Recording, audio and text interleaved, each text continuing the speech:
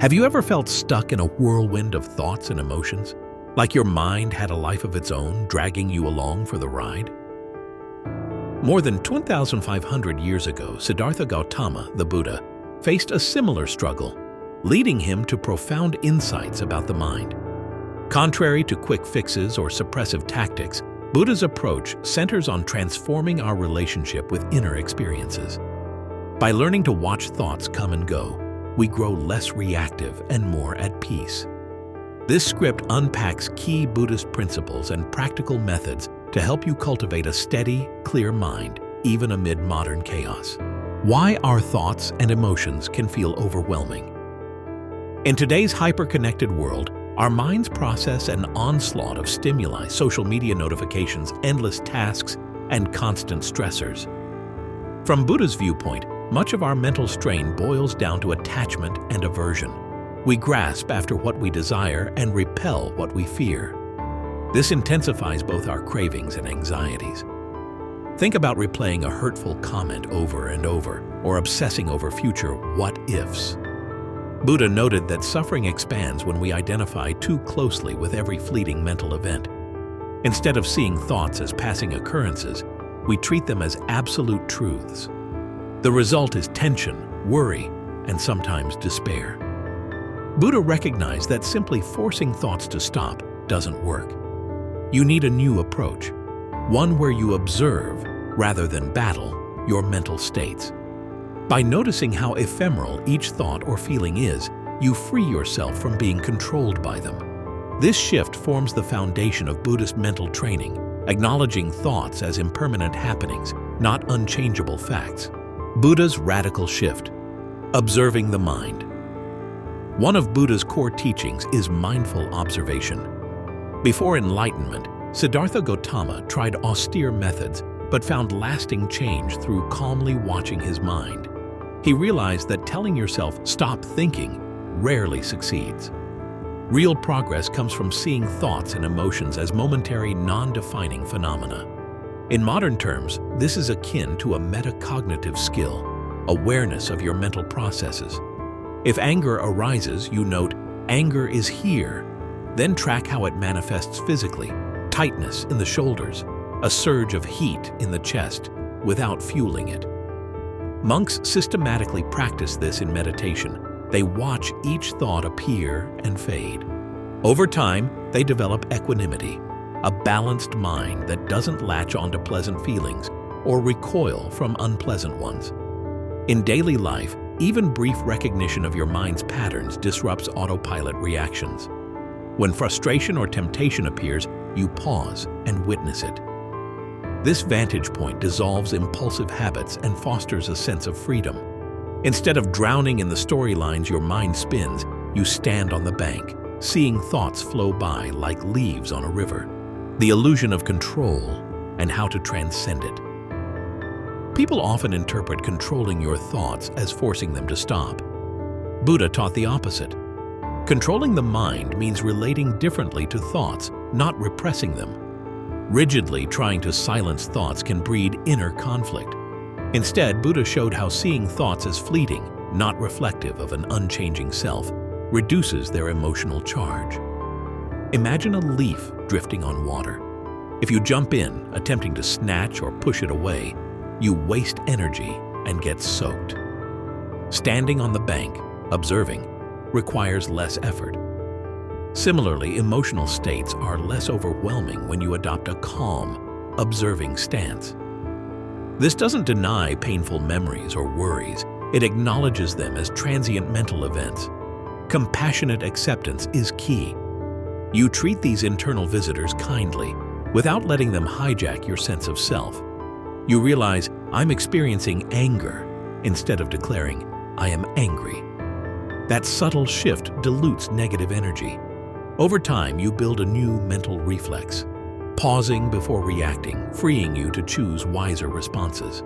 Practical methods, from meditation to daily rituals. Buddha's teachings aren't meant to stay in the realm of theory. They're designed for daily integration. One core practice is sitting meditation, samatha vipassana, where you devote 10 to 20 minutes to a quiet posture. focusing on your breath or a specific object. Each time thoughts wander, you gently return to your focal point, building concentration, samatha, and insight, vipassana. Walking meditation follows a similar principle, only now you observe each step's sensation, acknowledging mental distractions as they arise, then returning to your stride. Beyond structured meditation, mindful breaks woven into your day can reset a frazzled mind. Simply pause, inhale deeply, exhale slowly, and notice what you're feeling. Another helpful tool is compassion meditation, metta, silently wishing peace and happiness for yourself and others, thereby softening harsh self-talk. Lastly, a habit of journaling helps you track emotional flare-ups and their triggers, shedding light on recurring patterns. Each approach, from dedicated meditation sessions to small mindful interludes, accumulates into a comprehensive mental training regimen that fosters clarity and calm under pressure. Emotional intelligence, transforming fear, anger, and desire. Buddha's approach parallels modern emotional intelligence, which emphasizes awareness, regulation, and empathy. Anger often arises from perceived threats, fear from anticipating harm, desire from yearning for security or pleasure. These emotions serve adaptive roles, yet they become problematic when we over-identify with them. Rather than labeling your fear or anger as bad, you note it as a visitor passing through. Is your fear rooted in a past trauma? Is your anger a mask for feeling inadequate? Buddha taught that once you see the root of an emotion, its power to commandeer your actions diminishes. Cultivating such clarity expands empathy too. When you understand how your mind can be overtaken by worry or rage, you empathize better with others facing similar storms. This synergy underlies Buddhist compassion. The more you comprehend your own mental states, the more you appreciate others' struggles. Emotional intelligence thus becomes a two-way street, benefiting your internal stability and fueling altruistic connections. The power of non-attachment, upadana. In Buddhism, upadana refers to grasping or clinging, a primary cause of mental turmoil. Non-attachment means you engage fully with life, knowing everything, goals, relationships, even your emotional highs, is impermanent.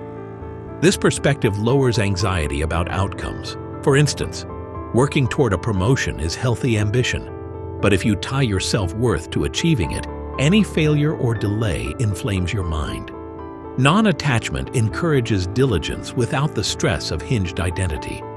You do your best without letting the result define your sense of self. When it comes to internal states, non-attachment fosters a more peaceful mind. Thoughts and feelings arise, but you don't chain your identity to them. By reminding yourself thoughts are events, not deep truths, you fluidly navigate emotional waves. This approach fosters a confident, flexible psyche. Energy is channeled into present-moment action instead of wasted on frantic control. Dissolving the ego, where real freedom begins. Buddha's teaching of anatta, no self, radically shifted how practitioners see themselves. We often cling to an I that we feel needs defending. Emotions intensify when they threaten our self-image. If your mind ruminates on a slight or criticism, it's often because you believe it undermines your stable self. Yet deeper meditation reveals the self as a fluid construct. Emotions and thoughts shift constantly. There isn't a permanent me beneath them. This can be liberating. If anger or sorrow doesn't define you, there's space to let it dissolve. You don't ignore these experiences. You simply stop letting them hijack your identity. Monks systematically explore no-self in quiet retreat, observing how mental states come and go without a central operator. You can approach it more gradually by noticing how your opinions, preferences, even personality traits evolve over time. Such awareness diffuses ego-based anxieties. You still feel hurt or fear, but it's no longer the defining narrative of who you are. Freed from the burden of protecting a rigid self, you handle thoughts and emotions with greater ease and compassion. How Buddha's teachings fit into everyday modern life. At first, it might seem that monastic discipline and ancient teachings can't mesh with hectic modern living. But the Noble Eightfold Path and Buddha's insights are shockingly adaptable. Consider weaving mindful practices into your daily schedule. A short sunrise meditation can anchor your focus. A mindful lunch break can calm midday stress. An evening journaling session can help you reflect on emotional triggers. You can also apply mindful listening in conversation. Instead of formulating your reply while the other person speaks, hold your attention on their words.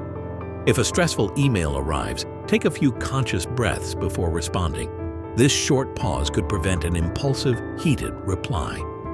Over time, these small interventions reshape your mental habits, reducing reactivity and increasing patience. Society might push you to multitask frenetically, but Buddha's approach encourages deliberate pacing. By focusing on one thing at a time, you align with right effort, doing what's needed without scattering your energy. The result is not a slow, unproductive life, but a more efficient, harmonious one, where mind and action sync up rather than clash. A roadmap for ongoing growth. If you're ready for deeper transformation, begin by identifying a few core objectives, such as reducing anxiety or managing anger constructively. Carve out a daily routine that includes simple meditation, 10 minutes focusing on breath or scanning body sensations. Whenever emotional triggers flare up, pause and label the feeling, sadness, tension, worry, to create space before reacting. Reflect on each day in a journal, noting where mindful awareness succeeded and where autopilot took over.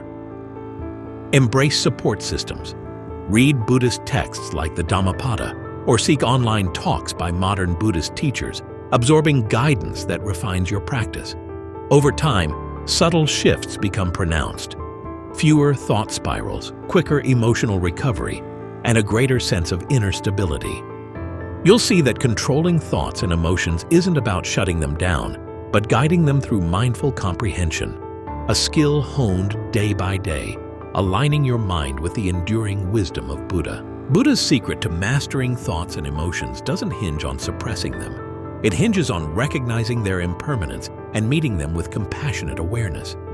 By practicing mindfulness, releasing attachment, and embracing the fluidity of self, you cultivate a mind that stays centered amid life's tempests. Which Buddhist insight resonates most with you? Feel free to share in the comments. And if this deep dive has inspired you, like, share, and subscribe to our YouTube channel, Monk Mindset, for more strategies on living with clarity, balance, and enduring inner peace.